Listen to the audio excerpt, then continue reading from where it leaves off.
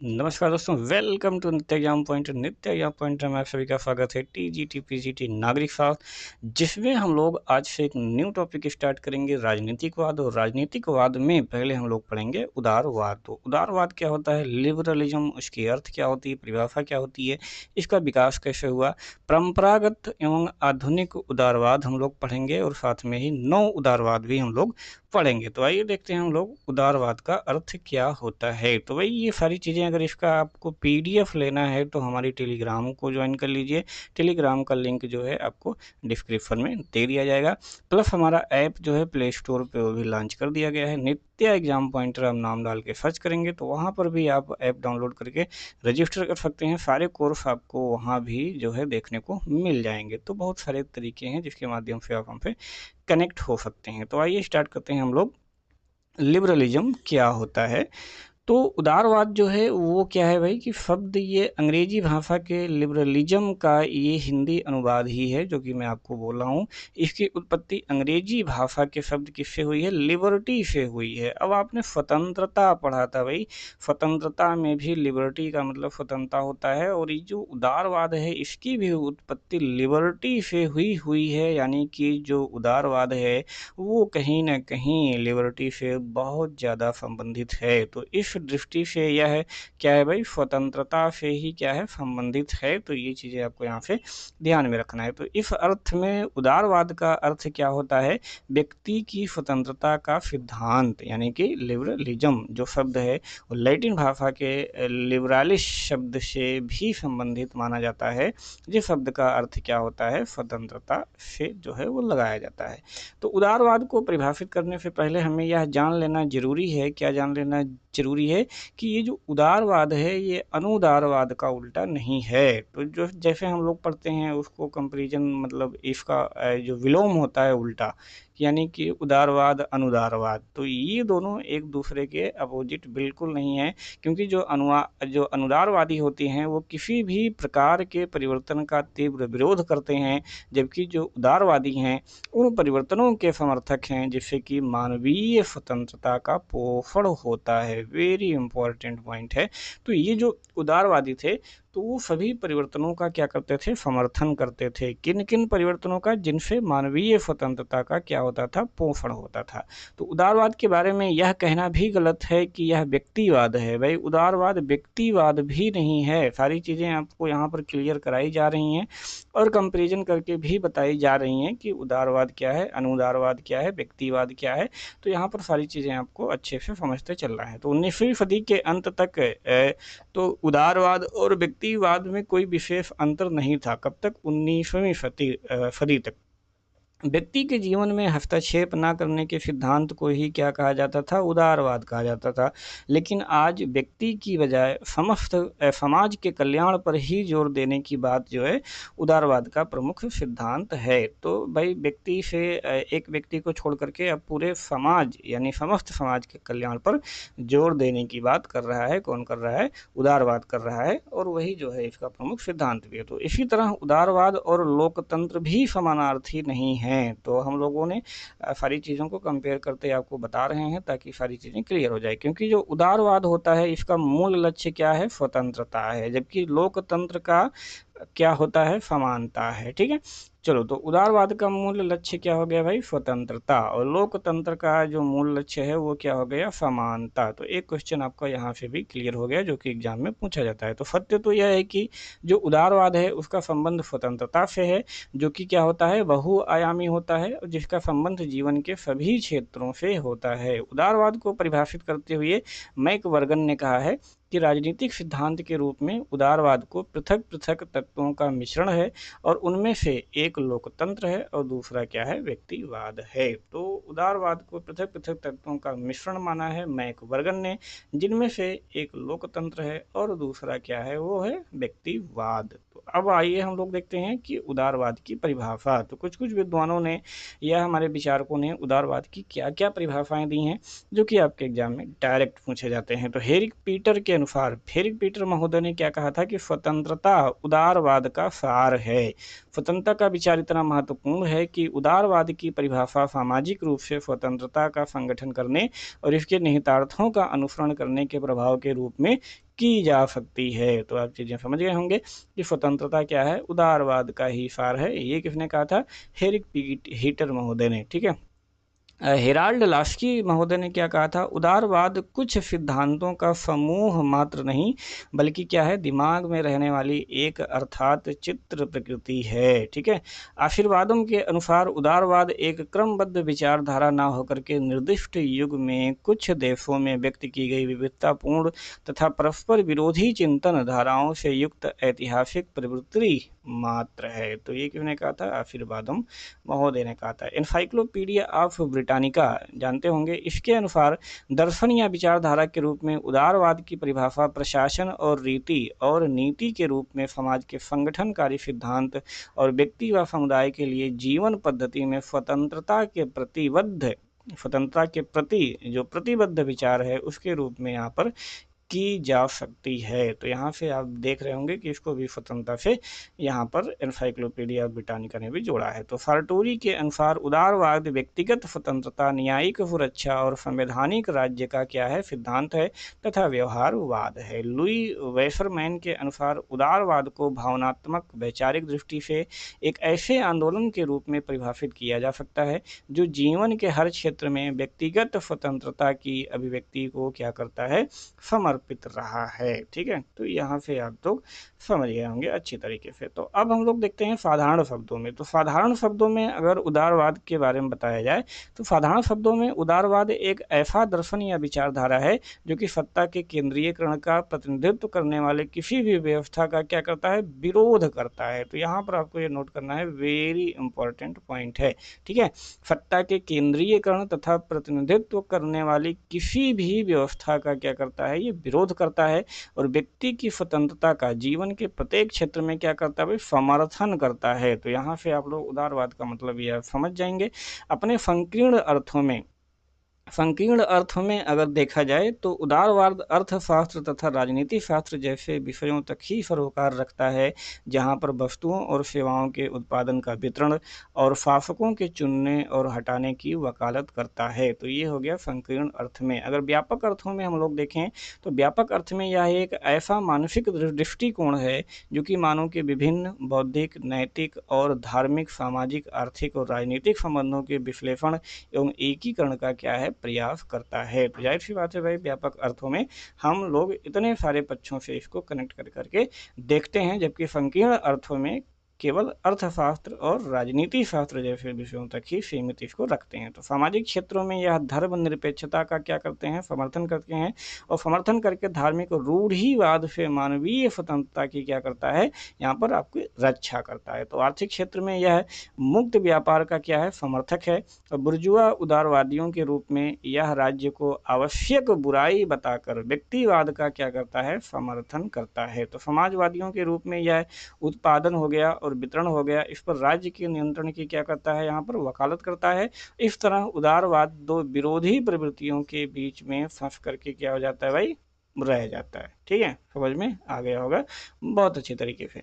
तो राजनीतिक क्षेत्र में यह जो है, यह व्यक्ति को अधिक से अधिक छूट देने का क्या है, पक्षधर है। राजनीतिक क्षेत्र में बोलता है कि यह जो है व्यक्तियों को पूरी तरीके से एकदम फ्री किया जाए, उस पर कोई भी प्रतिबंध न लगाया जाए, ताकि क्या हो, व्यक्ति के व्यक्तित्व का संपूर्ण रूप से क्या हो पाए, विकास हो पाए।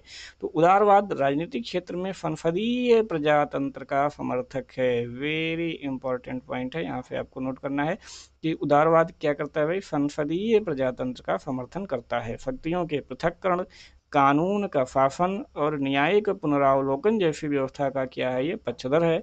अतः उदारवाद अपने हर रूप में व्यक्ति की स्वतंत्रता का ही पोषक है। तो ये आपको यहाँ से ध्यान में रखना है।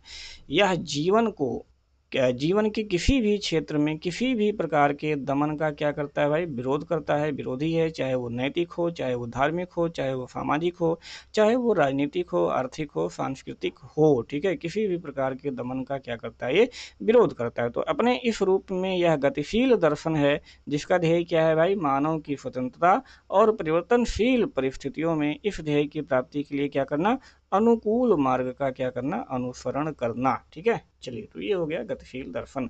तो ये सारी चीज़ें आपको बड़ी अच्छी तरीके से समझ में आ गई होंगी। कोई प्रॉब्लम हो तो बिल्कुल आप टेलीग्राम ज्वाइन करिए, वहाँ पर आप कमेंट कर करके हमसे बिल्कुल पूछ सकते हैं, बिल्कुल डिस्कशन कर सकते हैं, बिल्कुल कभी भी किसी भी टाइम। उदारवाद का उदय और हम लोग विकास देखेंगे, तो the rise and development of liberalism. तो राजनीतिक चिंतन के क्षेत्र में उदारवाद का उदय क्या है, अनेक प्रवृत्तियों का परिणाम है, जिनमें से अब हम लोग देखेंगे पहला औद्योगिक क्रांति और पूंजीपति वर्ग का उदय। तो मध्य युग में क्या था भाई, लोगों का आर्थिक और धार्मिक जीवन पूरी तरीके से स्वतंत्र नहीं था। स्टोरी है, बिल्कुल बड़े आराम से सुनना है। वे क्या थे भाई, चर्च और सामंतों के नियंत्रण में रहते थे। 18वीं शताब्दी के अंत में औद्योगिक क्रांति के परिणाम स्वरूप क्या हो गया कि बड़े बड़े कारखानों की जब स्थापना हो गई, तो इसके परिणाम स्वरूप फिर क्या हुआ कि उत्पादन में यहाँ पर वृद्धि हो गई। तो इससे जो आर्थिक सत्ता थी वो सामंत वर्ग के हाथों से निकल करके उच्च मध्यम वर्ग के हाथों में स्थानांतरित हो गई। तो ये वेरी इंपॉर्टेंट पॉइंट। नए उद्योगपतियों और श्रमिक वर्ग का क्या हो गया, वहाँ पर उदय हो गया, और इन उद्योगपतियों द्वारा अधिकतम लाभ कमाने के लिए राज्य के अहस्तक्षेपवादी स्वरूप का क्या किया, समर्थन किया। भैया राज्य जो है वो ज़्यादा हस्तक्षेप ना करे। जब ज़्यादा हस्तक्षेप बिल्कुल नहीं करेगा तो उससे क्या होगा कि इन लोगों को अधिकतम लाभ जैसे चाहेंगे मनमानी अपना कमाएंगे। तो दूसरी ओर इन उद्योगपतियों द्वारा जो श्रमिक वर्ग था उसका शोषण करने के कारण क्या हो गया कि राज्य के नियंत्रण व हस्तक्षेप का विचार अस्तित्व में धीरे धीरे आने लगा। ठीक है, कि जब ये शोषण करने लगे तो ये हुआ कि भाई इस पर राज्य का नियंत्रण अब स्थापित किया जाना चाहिए, राज्य को हस्तक्षेप करना चाहिए। वहीं से ये विचार अस्तित्व में आने लगा। इस प्रकार आर्थिक स्वतंत्रता की भावना क्या हो गई, उदारवाद का आधार बन गई। समझ रहे हैं, तो यहाँ से ये बेसिक चीज़ें आपको ध्यान में बिल्कुल बनाए रखना है। दूसरा है निरंकुशतावाद के विरुद्ध क्या थी, ये प्रतिक्रिया थी। तो उदारवाद का जो उदय है उसका प्रमुख कारण क्या था, निरंकुशतावादी सरकारों के विरुद्ध प्रतिक्रिया था। 16वीं और 17वीं शताब्दी में यूरोप में क्या हुआ कि निरंकुश राजतंत्र क्या था, विद्यमान था। कुछ शासकों ने अपने आप को ईश्वर का अवतार कह करके निरंकुशवाद की स्थापना की थी। जैसे कि आप लोग देखेंगे लुई 14वें ने क्या कहा था कि मैं ही राज्य क्या है, ईश्वर है, यानी मैं ही ईश्वर हूँ। तो ऐसी स्थिति में जो जॉन लॉक थे, जे.एफ. मिल थे और हर्बर्ट स्पेंसर थे, टी.एच. ग्रीन महोदय थे, इन्होंने व्यक्ति की स्वतंत्रता व अधिकारों की अवधारणा को क्या किया, प्रतिपादित किया, जिससे कि यहाँ पर आपका क्या होता है, उदारवाद का यहाँ पर उदय होता है। अब हम लोग नवजागरण काल में देखते हैं तो मध्य युग में मनुष्य के जीवन के सभी पक्षों पर क्या था भाई, धर्म और चर्च का नियंत्रण स्थापित था। व्यक्ति पारलौकिकता में विश्वास करता था। पारलौकिकता मतलब कि ईश्वर और मरने के बाद स्वर्ग मिलेगा, ये होगा। तो पारलौकिकता में विश्वास करता था। पृथ्वी पर यानी कि जो वास्तविकता है उस पर विश्वास नहीं करता था। तो चिंतन का एकमात्र केंद्र क्या था उस समय, ईश्वर। ठीक है, उसके कारण जो है प्रगति बिल्कुल भी संभव नहीं थी। लेकिन नवजागरण ने व्यक्तियों के दृष्टिकोण को क्या बना दिया, लौकिक बना दिया कि भैया पृथ्वी पर ही रहो, यहीं पर स्वर्ग है, यहीं पर नरक है, अपना विकास करो, लोगों का कल्याण करो। तो मध्ययुगीन अंधविश्वासों का खंडन कर मनुष्य को पुनः विवेकशील बनाया गया, और इस प्रकार नवजागरण व्यक्ति की स्वतंत्रता पर बल देकर उदारवाद का मार्ग प्रशस्त किया। तो जहाँ पर भी स्वतंत्रता आ जाएगी वहाँ पर उदारवाद जो है तुरंत आ जाएगा। तो धर्म सुधार आंदोलन जो है हमारा अगला टॉपिक है, ये किस प्रकार से योगदान करता है उदारवाद के उदय में। तो धर्म सुधार आंदोलन ने यूरोप में चर्च का आधिपत्य था, पोप को ईश्वर का प्रतिरूप समझा जाता था, और धार्मिक मामलों में वही क्या था, सर्वोच्च था, व्यक्ति उसका दास था। Very important point. 16वीं शताब्दी में मार्टिन लूथर ने क्या किया कि पोप की इस निरंकुशता के विरुद्ध विद्रोह कर दिया। मार्टिन लूथर का नाम आप सुने होंगे, बहुत ही इंपॉर्टेंट है। लूथर ने इस विद्रोह का काल्विन जैसे धर्म सुधारकों ने क्या किया, समर्थन भी किया था। इनकी धारणा थी कि जो व्यक्ति है, जो धर्म है वो व्यक्ति के निजी विश्वास की वस्तु है। क्या है भाई, जो धर्म है वो व्यक्ति के निजी विश्वास की वस्तु है। व्यक्ति व ईश्वर के मध्य संबंध के लिए चर्च या फिर पोप के मध्यस्थता की आवश्यकता बिल्कुल भी नहीं होती है। समझ रहे हैं ना? तो यानी ये जो धर्म और पोप जो है मध्यस्थ बनने की कोशिश कर रहे थे, उन्होंने कहा कि भैया इन मध्यस्थों को हटाओ, ये जो है व्यक्ति के निजी विश्वास की जो है वस्तु है। व्यक्ति जो है ऑटोमेटिक ईश्वर के मध्य जो है संबंध वो बना सकता है। तो धर्म सुधार आंदोलन ऐसे जो है इस भावना को बल मिला और व्यक्ति को धार्मिक क्षेत्र में भी जो है स्वतंत्रता होनी चाहिए, ऐसी जो है बातें चली। इस प्रकार इस धार्मिक आंदोलन ने व्यक्ति को चर्च की दासता से मुक्त कराने में क्या किया, अहम भूमिका का यहाँ पर निर्वहन किया। अगला जो है हम लोग देखते हैं फिर परंपरागत या फिर उदारवादी, नकारात्मक उदारवाद या शास्त्रीय उदारवाद। ठीक है, तो परंपरागत उदारवाद यहाँ पर या काट देंगे। उदारवाद का जो प्रारंभिक स्वरूप था वो क्या था भाई, बिल्कुल नकारात्मक था। उदारवाद निरंकुश राजतंत्र और सामंतवाद के विरुद्ध व्यक्ति की स्वतंत्रता की मांग से ही क्या हुआ था, प्रारंभ हुआ था।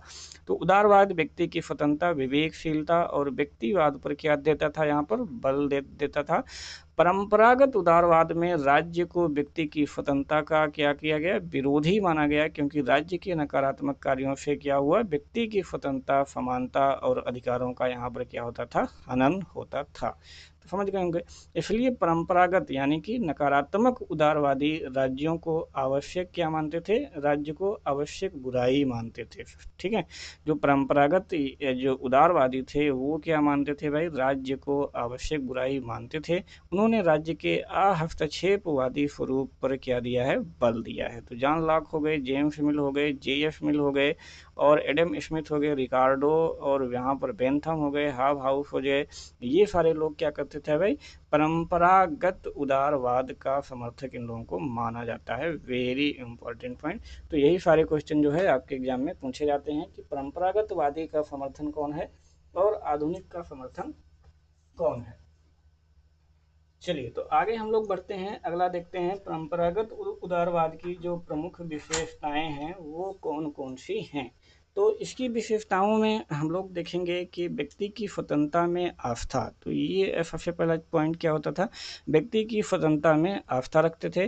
व्यक्ति पर किसी भी प्रकार के बंधनों का ये क्या करते थे, विरोध करते थे और निरंकुश व स्वेच्छाचारी कानून का क्या करते थे, विरोध करते थे और विधि व विवेक युक्त शासन में आस्था रखते थे। हस्तक्षेपवादी राज्य में ये विश्वास करते थे। व्यक्ति अपने शरीर, मस्तिष्क और हितों का सर्वोच्च क्या होता है, निर्णायक होता है। तो ये सारे पॉइंट आपको नोट करने हैं, बहुत इंपॉर्टेंट है। व्यक्ति के प्राकृतिक अधिकारों, जीवन, संपत्ति, स्वतंत्रता की सुरक्षा पर बल देते थे। व्यक्ति की स्वामीहीन अवधारणा में क्या करते थे, आस्था रखते थे। सामाजिक, आर्थिक, राजनीतिक संस्थाओं के औचित्य का आधार उपयोगिता हो, ऐसा इन लोगों का विचार था।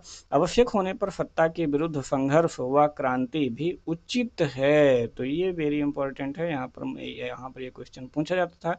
ये परंपरागत जो उदारवादी हैं ये संघर्ष और क्रांति को उचित मानते हैं कि नहीं मानते हैं, तो ये बिल्कुल मानते हैं। दूसरा जो है सकारात्मक यानी कि आधुनिक उदारवाद। तो परंपरागत जो उदारवाद था उसको हम लोग क्या मानते हैं, नकारात्मक माना जाता है, ये बिल्कुल नोट करके रखना है।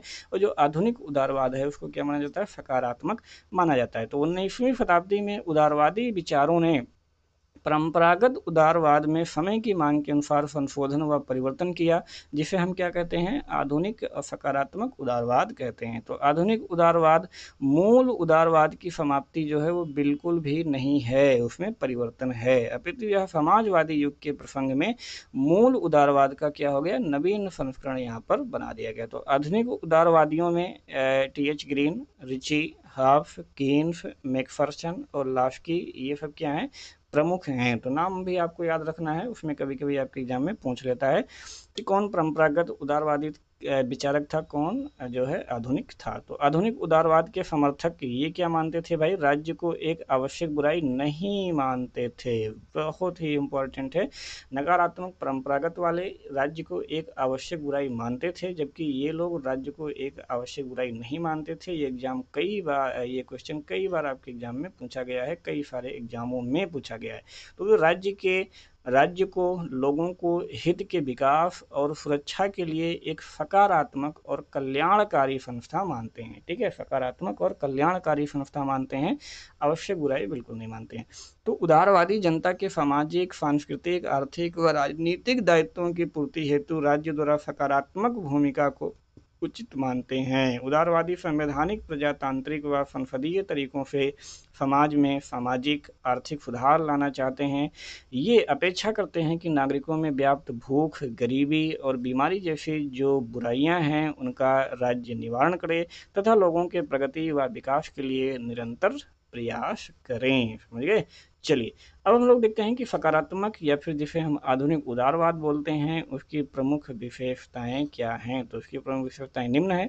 राज्य एक नैतिक और कल्याणकारी संस्था है। राज्य एक आवश्यक बुराई बिल्कुल भी नहीं है। व्यक्ति और राज्य एक दूसरे के विरोधी नहीं, क्या हैं, सहयोगी हैं और पूरक हैं। सभी नागरिकों का सर्वांगीण विकास करना ही क्या है, राज्य का दायित्व है। व्यक्ति की स्वतंत्रताएं व अधिकार राज्य द्वारा संरक्षित हैं। राज्य का अर्थव्यवस्था पर संपूर्ण जो है वो क्या है, नियंत्रण है। राजनीतिक, सामाजिक, धार्मिक, आर्थिक परिवर्तन के लिए राज्य द्वारा संवैधानिक और लोकतांत्रिक विधियों को क्या करना चाहिए, अपनाया जाना चाहिए। राज्य की शक्तियां असीमित नहीं है। वेरी इंपॉर्टेंट पॉइंट, ये आपके एग्जाम में पूछा गया है। उन पर यथोचित मर्यादाएं बिल्कुल भी होनी चाहिए। लोक प्रभुता एवं विधि के शासन में अटूट आस्था जो है इन लोगों का रहता था, ये लोग रखते थे। अब हम लोग देखते हैं परंपरागत उदारवाद और आधुनिक उदारवाद में तुलना, कंपेरिजन थोड़ा सा कर लेते हैं कि इनमें से क्या अंतर है। तो परंपरागत व आधुनिक उदारवाद के दोनों ही स्वरूप में व्यक्ति को संपूर्ण व्यवस्था का केंद्र बिंदु मानते हैं। किसको? व्यक्ति को ही संपूर्ण व्यवस्था का केंद्र बिंदु माना गया है। वे व्यक्ति को साध्य मानते हुए राज्य सहित अन्य सभी संगठनों को एक साधन के रूप में मानते हैं। अगेन वेरी इंपॉर्टेंट पॉइंट, ये व्यक्ति को साध्य मानते हैं और राज्य को या और सारे जो संगठन उनका साधन मानते हैं। दोनों ही व्यक्ति की स्वतंत्रता और अधिकारों को सर्वोपरि मानते हैं। व्यक्ति को स्वामीहीन मानते हैं। तो ये सारी चीज़ें आपको यहाँ पर रखना है। नकारात्मक व सकारात्मक उदारवाद के बीच में अगर हम लोग अंतर देखें तो ये अधिकारों को सर्वोपरि मानते हैं, व्यक्ति को स्वामीहीन मानते हैं। सारी चीज़ें लगभग वही हैं। नकारात्मक सकारात्मक हम लोग परंपरागत और आधुनिक मानते हैं। नकारात्मक और सकारात्मक उदारवाद के अंतर को निम्न बिंदुओं के आधार पर भी समझा जा सकता है। तो आइए हम लोग उसको भी थोड़ा सा देख लेते हैं। प्रमुख समर्थकों की दृष्टि से जो अंतर है वो हम लोग जानते हैं कि परंपरागत उदारवाद का समर्थन कौन कौन किया भाई, लॉक, स्मिथ, रिकार्डो, बेंथम आदि ने किया। आधुनिक उदारवाद का समर्थन T H. Green, Ritchie, Hobson, Keynes और लास्की आदि ने किया। तो यहाँ से चीज़ें आपको नोट कर लेना है कि कौन जो है परंपरागतवादी जो है विचार का समर्थक था और कौन आधुनिक उदारवाद का समर्थक था। दूसरा है विकास के आधार पर अंतर। तो परंपरागत जो उदारवाद है उसका विकास 16वीं से 18वीं शताब्दी के बीच हुआ, जबकि आधुनिक उदारवाद का विकास कब हुआ, 19वीं शताब्दी से वर्तमान तक माना जाता है। उदय के कारणों के आधार पर अगर देखा जाए भाई तो परंपरागत जो उदारवाद है उसके पीछे निरंकुश राजतंत्र, सामंतवाद व पोपवाद के विरुद्ध प्रतिक्रिया का कारण रहा। ठीक है, जबकि जो आधुनिक उदारवाद है उसका उदय पूंजीवादी व्यवस्था और मार्क्सवाद के विरुद्ध प्रतिक्रिया के रूप में हुआ। तो वेरी इंपॉर्टेंट पॉइंट, यहाँ से आपको सारी चीज़ें बिल्कुल शीशे की तरह क्लियर होती जा रही होंगी कि आखिर क्या क्या है। अगला जो है राज्य के प्रति धारणा के आधार पर अगर हम लोग अंतर देखें तो परंपरागत जो उदारवादी है वो राज्य को एक आवश्यक क्या मानते हैं भाई, बुराई मानते हैं। तो यहाँ पर जो है आप बुराई नोट कर लेंगे, यहाँ पर छूट गया है। जबकि जो आधुनिक उदारवादी हैं वो राज्य को आवश्यक बुराई नहीं मानते हैं। तो ये भी चीज़ें आपको बताया गया था। राज्य के स्वरूप के आधार पर अगर अंतर किया जाए तो जो परंपरागत उदारवादी हैं वो अहस्तक्षेपवादी राज्य में आस्था रखते हैं, जबकि जो आधुनिक उदारवादी हैं वो लोक कल्याणकारी राज्य में विश्वास रखते हैं। बहुत ही इंपॉर्टेंट पॉइंट है। अब कोई भी क्वेश्चन आपको मिलेगा तो आप बिल्कुल भी कंफ्यूज नहीं होंगे। स्वतंत्रता के आधार पर अगर अंतर देखा जाए तो परंपरागत जो उदारवादी हैं वो असीमित स्वतंत्रता का समर्थन करते हैं भाई, जबकि जो आधुनिक उदारवादी हैं वो व्यक्ति की स्वतंत्रता, घर, सामाजिक व राज्य हित में प्रतिबंध आवश्यक मानते हैं। तो कुछ जो है प्रतिबंध उनको राज्य हित में, सामाजिक हित में लगाया जा सकता है। अधिकारों की दृष्टि से अगर देखा जाए तो जो परंपरागत उदारवादी उदारवादी हैं वो व्यक्ति को प्राकृतिक अधिकारों को नैसर्गिक मानते हैं, जबकि जो आधुनिक उदारवाद हैं वो व्यक्ति के अधिकारों को राज्य द्वारा प्रदत्त व संरक्षित मानते हैं। तो बहुत सारे इंपॉर्टेंट पॉइंट हैं। सामाजिक और आर्थिक दृष्टि से अगर हम लोग अंतर देखें तो जो परंपरागतवादी हैं वो सामाजिक और आर्थिक क्षेत्र में राज्य की न्यूनतम भूमिका को स्वीकार करते हैं, जबकि जो आधुनिक वाले हैं वो विकास के लिए राज्य की भूमिका व्यापक रूप से स्वीकार करते हैं। तो ये सारे अंतर आप जो है ऐसे एक चार्ट बना करके यहाँ पे परंपरागतवादी लिखेंगे, यहाँ पर आधुनिक, ये सारी चीज़ें ऐसे आप नोट रखेंगे तो जैसे ही आप कॉपी पलटेंगे फटाक से आपको सारी चीज़ें मिल जाएंगी। तो ये इस प्रकार परंपरागत जो उदारवाद है व आधुनिक उदारवाद है उसमें अंतर पाया जाता है, लेकिन दोनों ही प्रकार के समर्थक व्यक्ति को साध्य और राज्य को साधन मानते हैं। तो ये कॉमन है, दोनों ही उदारवादी क्या हैं, एक दूसरे के पूरक हैं।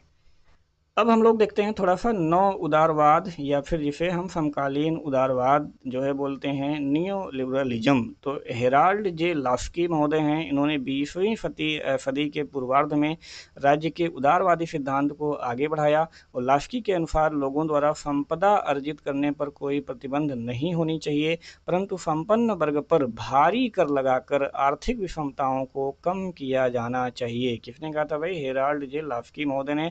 आर्यम मैकाइवर ने अपनी एक कृति थी द मॉडर्न स्टेट, उन्होंने यह तर्क दिया है कि राज्य को विभिन्न साहचर्यों यानी जितने भी एसोसिएशंस हैं उनकी गतिविधियों में हस्तक्षेप नहीं करना चाहिए। वहाँ परस्पर विरोधी वर्गों के आपसी संबंधों को अपने आप में समायोजित होने के लिए स्वतंत्र रूप से छोड़ा जा सकता है। राज्य को न्याय के आधार पर इन संबंधों का नियमन जो है करना चाहिए। मैकाइवर ने सेवाधर्मी राज्य यानी कि सर्विस स्टेट का समर्थन यहाँ पर किया है। ठीक है, तो चलिए हो यहाँ पर जो हमारा आज का होता है उदारवाद, ये होता है यहाँ पर समाप्त। इसकी अगर आप पीडीएफ पढ़ना चाहते हैं तो भाई टेलीग्राम आप लोग ज्वाइन करिए, फटाक से वहाँ पर पीडीएफ आप लोग डाउनलोड करिए।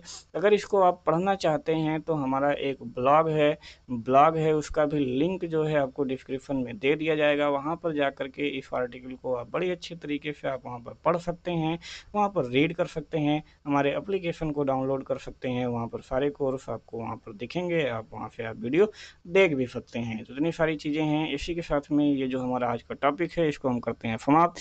किसी भी प्रकार की समस्या हो तो आप टेलीग्राम पर बिल्कुल आप चैटिंग कर सकते हैं। मिलते हैं नेक्स्ट वीडियो में, तब तक आप सभी लोग अपनी तैयारी ज़बरदस्त तरीके से बनाए रखिए भाई। जय हिंद, जय भारत।